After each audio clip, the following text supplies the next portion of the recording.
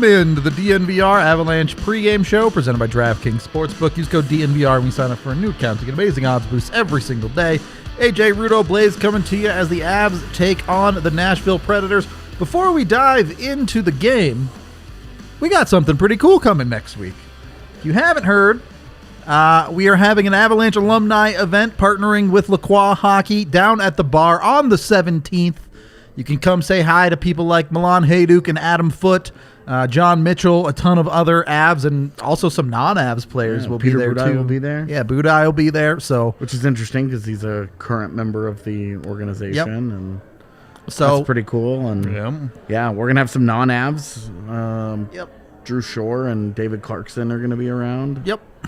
So lots of faces and familiar names that you'll probably recognize. You can come on down to the bar. They're going to be hanging out, I think, like an hour or 30 minutes before the game, and then they'll hang out for the entire Avs game as well. Yeah, and then a little bit after. So tickets are $20. You can get them at the DNVR.com right now if you go over there to sign up. There will be like meet and greets, and I'm sure they'll be happy to sign autographs for people too. So, yep, that is part of the deal.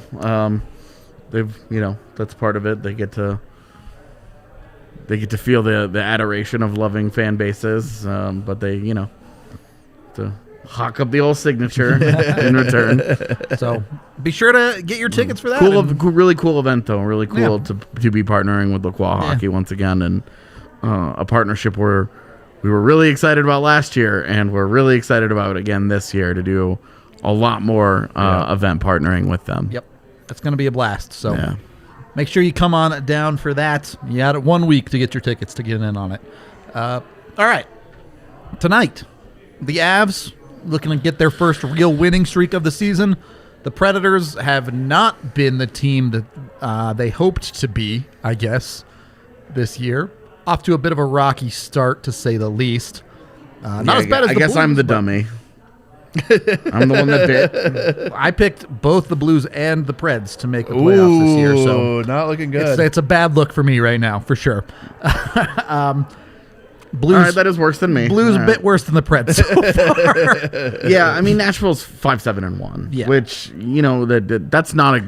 you're certainly not loving that start. It's not a good start, but it's not a disaster. I mean, you're not counting the season. Yeah, absolutely, it is recoverable. And for being honest, like the Blues start is recoverable too. Well, I mean, they did go a few years ago, right, from worst to first. So. Yeah, and that was a season where the conference was really vulnerable, kind of like this one, where who's the number one team? We think it's Colorado. Yeah, but it's Vegas is 12-2 right now, and the Avs are still trying to kind of find their way. Yeah, but I mean, Chicago is playing way overperforming right now. Yeah, so yeah. More than a few teams. Anytime a team is like hanging around with a negative goal differential, you're like, this is suspicious. I'm not trusting you. But right now, negative goal differential, Nashville, -10 so far on the season. That's bad. So when you talk about when you talk about why they're off to a slow start, the goaltending, I guess we'll definitely get to it. The goaltending is a part of that story, and on the other side, why is Colorado 6-4-1? Goaltending has been quite good. It's been solid. Yep. So it's been improving too. Yeah, trending up. Yeah, for sure. Yeah. Well, as Georgiev has settled in very quickly. Yeah. He's really had it was like a bad first week, and then he's just played quite well since then. Yeah. We had a game or two get away from him a little bit, but not anything sustained. Hasn't really strung two bad games together yet. Yeah. The big thing for tonight is we're about to see Colorado's high-end talent paired with a bunch of Colorado Eagles. Yeah. we joke about these guys could win with an AHL team or whatever, and you're like, okay, Let's find out. Prove it. This is their chance. Because they not only, I mean, you're talking like Martin Kaut now all of a sudden feels like he's on the team. Right. And no longer, like last week, it was like Martin Kaut was teetering on the edge of where is he going to be? And now it feels like Martin Kaut, Martin Kaut is there. Yeah. But now you also have Sampo Ranta called up. You have Shane Powers called up.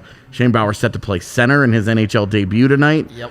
I believe that fourth line is supposed to be Dryden Hunt, Shane Bowers, and Sampo Ranta. I can confirm, but yeah, I believe that's what it is. And your second line is supposed to be some combination of Newhook Rodriguez and Martin Kaut. Yep. Your top line is your opening night top line. You feel good about that. Awesome. Your top pairing is your opening night top pairing. You feel good about that. Everything else, you're like, oh my gosh. With it, not to be forgotten that both McDonald and McDermott are on the defensive side. As so well. Curtis McDermott and Jacob McDonald playing on defense. Playing D at the same time. Yeah. Yeah, you're what went from your really expensive third pairing in Josh Manson and Eric Johnson is now a really overplayed second pairing. So tough spot to be in. Definitely injury bug city, to say the least. And that's where you say the Avs are definitely vulnerable, is that their depth isn't there right now. Yep. You know, and as excited as we are, like Shane Bowers, finally, we get to see what is Shane Bowers going to do in an NHL game. Yep. Sampo Ranta's back, you know, and in terms of skate fast, hit hard, be big, those are things that you think that he can comfortably be asked to do. Dryden Hunt, hasn't done a whole lot since getting here. It would be nice to see him actually start to chip away and what's going on there. I mean, what does it mean though if like your call-ups are outperforming somebody that's been here since the start of the season, that's had the chances to perform? Now I understand he's coming in with a contract, everything like that. Is it something where he's concerned about what goes on moving forward? Hunt? Yeah. He should be. Yeah. Yeah, no, Dryden Hunt should be. I mean, when you start the year in New York and they don't want you, you get to Colorado and they're not giving you any more of a role than New York ever did. Yeah. Maybe the only reason you're still on the roster is because 8 dudes are hurt. They have so many injuries now. And it's crazy that the Avs had this unique setup where they had two guys in Jacob McDonald and Curtis McDermott that could fill in at forward and defense wherever you needed them. And both positions just keep getting hurt. Yep. The Avs are down 2 defensemen, obviously, but they're also down really 5 forwards almost. 4 for sure. Yeah, I mean, it's Helm, Landeskog, Nichushkin. I guess that last spot is kind of Couts now. Yeah. So I mean, you're down 3. You're down 3 regulars. Yeah. But 2 of them are top 6 guys. Yeah. And the other one, we're like Helm, like, oh, how important really is he? But it's like your third line is Andrew Cogliano, JT Compher, and Logan O'Connor. 2 of those dudes should be fourth liners. 2 of those guys should be fourth liners for sure. I mean, what are the expectations? We are entering the era of Shane Bowers. Finally. Is it just don't get crushed tonight? Is that it? I think he's got to make a little bit of impact here. I mean, he's been around since all the Duchesne stuff went on. He hasn't had a chance to perform. He can finally shed that label of the only first-round pick from 2017 and not playing an NHL game. Yeah, and something, too, is like, you get comfortable at the AHL.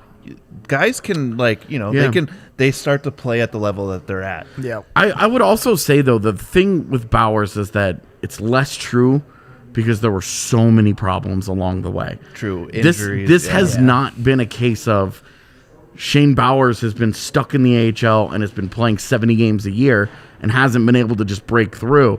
It's been Shane Bowers is playing clusters of 15 games, then he hurts his shoulder, and he comes back, and then the whole COVID thing happened. Remember, Shane Bowers missed significant amounts of time, not because he tested positive, in quarantine. because he had 2 different false positives in contact tracing that happened that kept him out. Yep. Because do you remember there was a time during the pandemic where contact tracing was a big deal? Yep.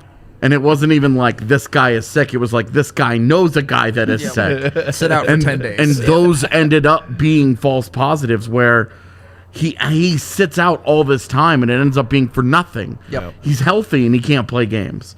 So you're talking about like Shane Bowers had like maybe the worst run of luck of any non-Joey Hishon, Connor Timmins Avalanche prospect in recent memory. Well, that's really depressing that you can think of two names that have had worse luck than Shane Bowers and with injuries.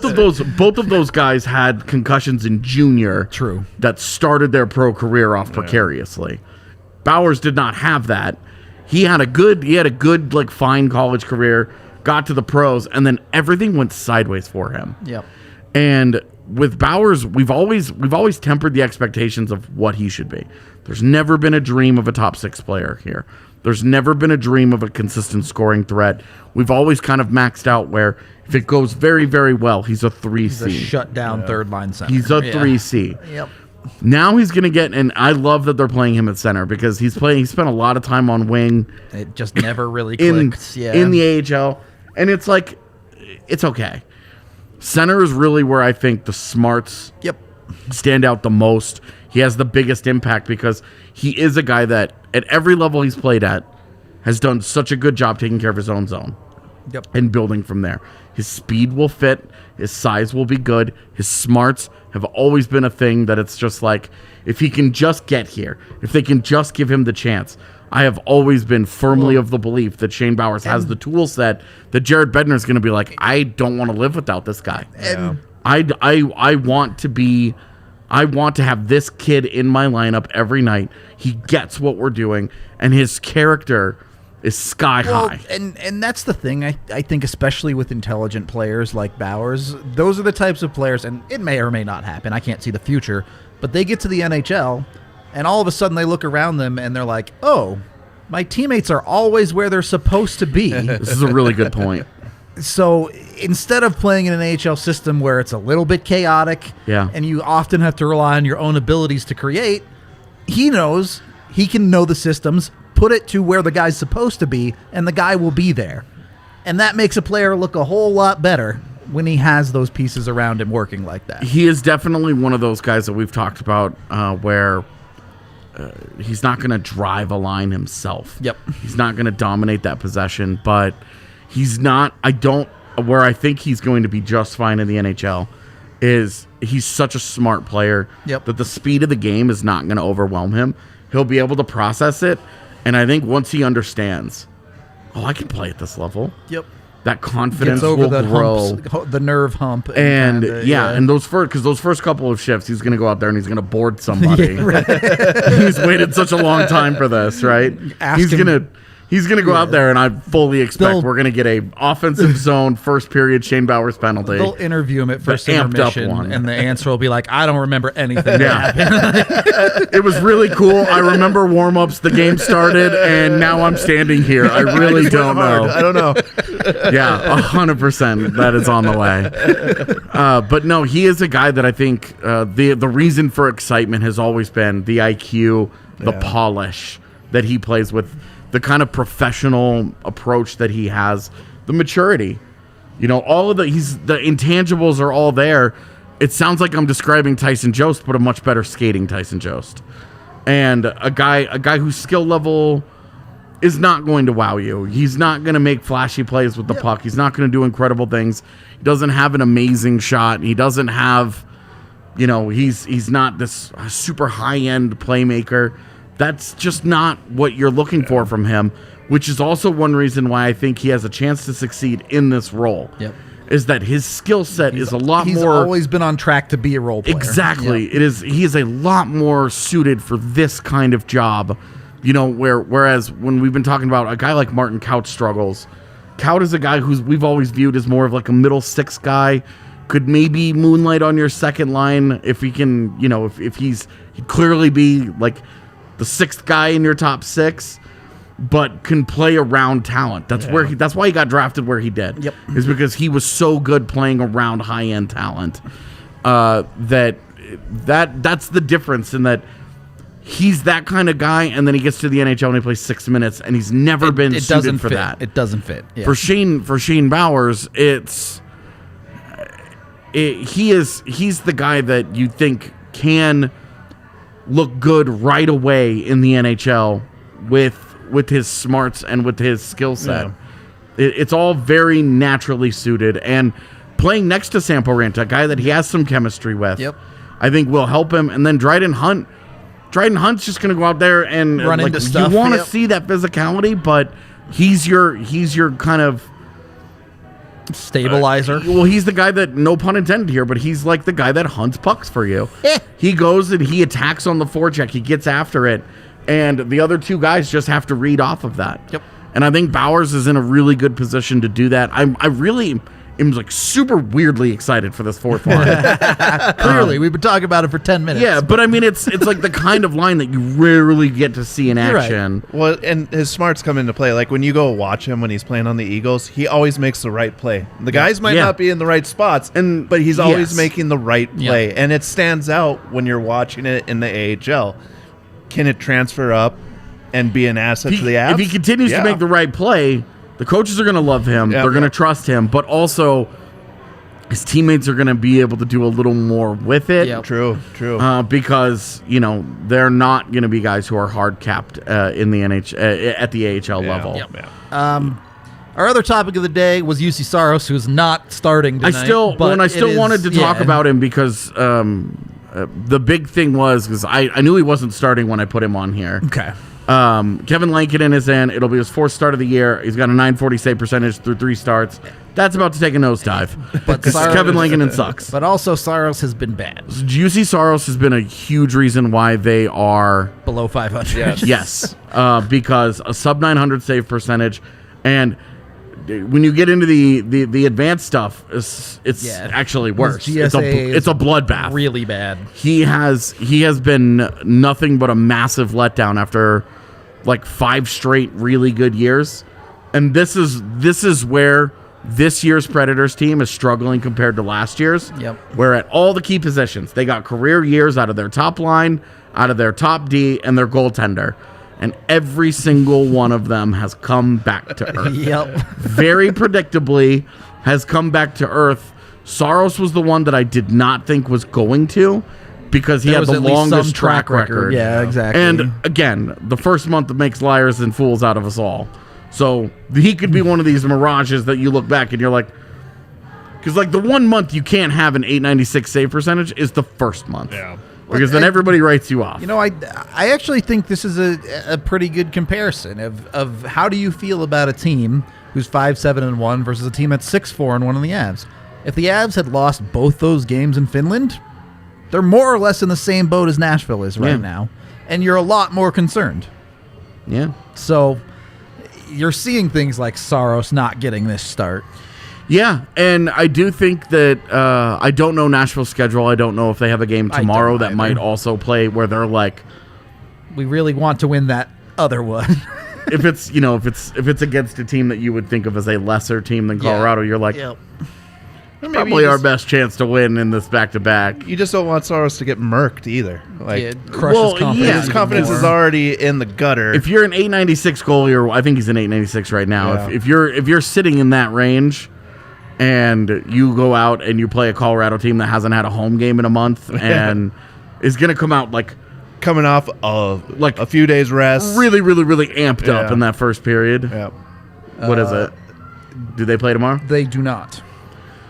Oh, this is the confidence. This is the confidence benching. Then that's tough for Saros. And that's really like that's where the Preds have just not been as good. Tanner Jeannot scored 20 goals for them last year. He's on their third line right now with Mark Jankowski is centering them. And maybe the only guy outside Matt Duchene who could score against the Avs last year was Yakov Trenin. So maybe that's where the Preds feel like they've got the advantage is Yakov Trenin and Tanner Jeannot and Mark Jankowski against the JT Compher line. I would probably say advantage Nashville. I just given the Avs depth look for sure, but I also don't believe in their stars to keep up with the Avs stars. And that's it'll be harder for Colorado's defense for sure. With no Byram and no Girard. You're just trying to survive those bottom pairing shifts. Yeah, what makes that the defense so dynamic as a driver of offense, as a scorer of points. Is that it's not just Makar and Taves. Yeah. They regularly get contributions, not every night from the same guy, but they regularly get, and Erik Johnson has a point here, Josh Manson will have a point here, Sam Girard's got a point, Byram has 2 points. Yep. Like, these things happen regularly, and that's how they build. That's where the Avs are so successful, is that they get that production out of that defense. With Jacob McDonald, Josh Manson, Erik Johnson, and Curtis McDermott as 4 of your 6 defensemen, you're a lot more of a traditional, you've got a top pairing, and then you're trying not to lose the game. But the good thing is you have last change because you're at home, so it is you can nice kind of in that mitigate way. some of the like high end talent that the Preds can throw out. At least you're not going in there with like, a McDonald type pairing back there. I mean, look, this is a pretty classic game where you'd like to see the Avs get a lead early, and then Bednar can roll those lines a little bit freer. You would love like a 4-1 game here, where they're comfortable throughout. They use the energy to get up 2-0 in the first 12 minutes. Yep. And then it becomes more of a grind because you know that initial adrenaline's going to wear off. They're going to be rusty. They're going to be I expect it to be sluggish from the Avalanche side as the game goes on because they've played 2 games in 3 weeks. Yeah. So, I guess 2 games in 2 weeks. And it's like, it just comes with the territory. Yeah, they're not going to have the legs for right now. And teams coming off long breaks are always a little sketchy. iffy. Yeah. But I do expect the first couple of minutes, very classic, like big jump, big energy. Yep.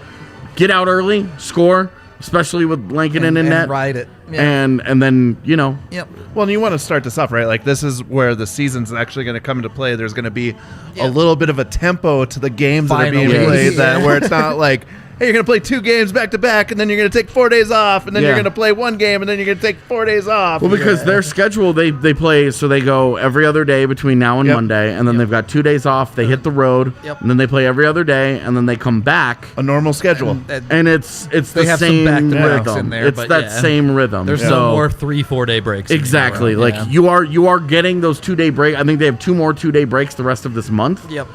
And then there's the Thanksgiving holiday somewhere mixed into that. And other than that, though, like you are not having the 3-4, the back-to-back leading into 5 days off nonsense. It's a normal rhythm. This is the start of that. Division opponent, off to a slow start, keep them that way. Capitalize. All right, Blais, make us some money. Yeah, let's go here. Let's throw up this graphic. I got the Avs with the puck line here to start it off. Again, just positive money. Positive money, and it's against the Preds right now. Like, if you look at their track record, you're feeling good about that one. Plus 125. I'm just having a little fun here. Going to keep Mikko going here with first goal. Shane Bowers, anytime goal. His parents are in town. NHL debut. Like, come on. Dude, he's probably That's another not one. That one is option. plus 3,500. Oh, okay, take that. I might have taken it. Yeah. I'm just saying, I thought it was going to be more. Like, I'm plus just saying 3,500, it's pretty good odds. the universe kind of setting him up because his parents were already in town. This True. was True that. not like a, hey, we flew them in for his debut. They're here for the They were Eagles. anyway. already here. Yep. He got scratched last night, and everybody's losing their minds. Like, is he hurt? And it was like, better. Come on. Shane Bowers, anytime goal tonight. All right, take it then. And then the last one here, you said 4-1. That keeps us under 6.5 goals. That sluggishness. Yep. Banking on it. Yeah. Banking on a good game from Georgiev. Probably again more as like well, 3-2. Yeah. That's still under 6.5. So. Yep. I just don't see them going over. I mean, unless this is just like some crazy anomaly, it's not going to happen. Yeah, I mean, it could be one of those. I don't think with the way that the Avs kind of broke out last game, like, I don't think that it's like the score-a-thon is on. Yeah. Like the Avs were due for a little bit, especially at 5v5. Because they were shooting 2%. Yep. At 5v5. Literally 2.3% Yeah. it was. That was not going to... Teams have struggles where they're shooting like 5 or 6. Yeah. And that's where the Avs are now. Yeah. They went from last to 7th worst in one weekend because that's how this works. Because of the Blue Jackets. Yeah. Well, in part. Yep. all right. You know where it's at. I'm going to go jump on the watch along. We will, of course, be live post game as well. Be sure to tune in to all of that stuff from us. We'll have it all breaking it down for you.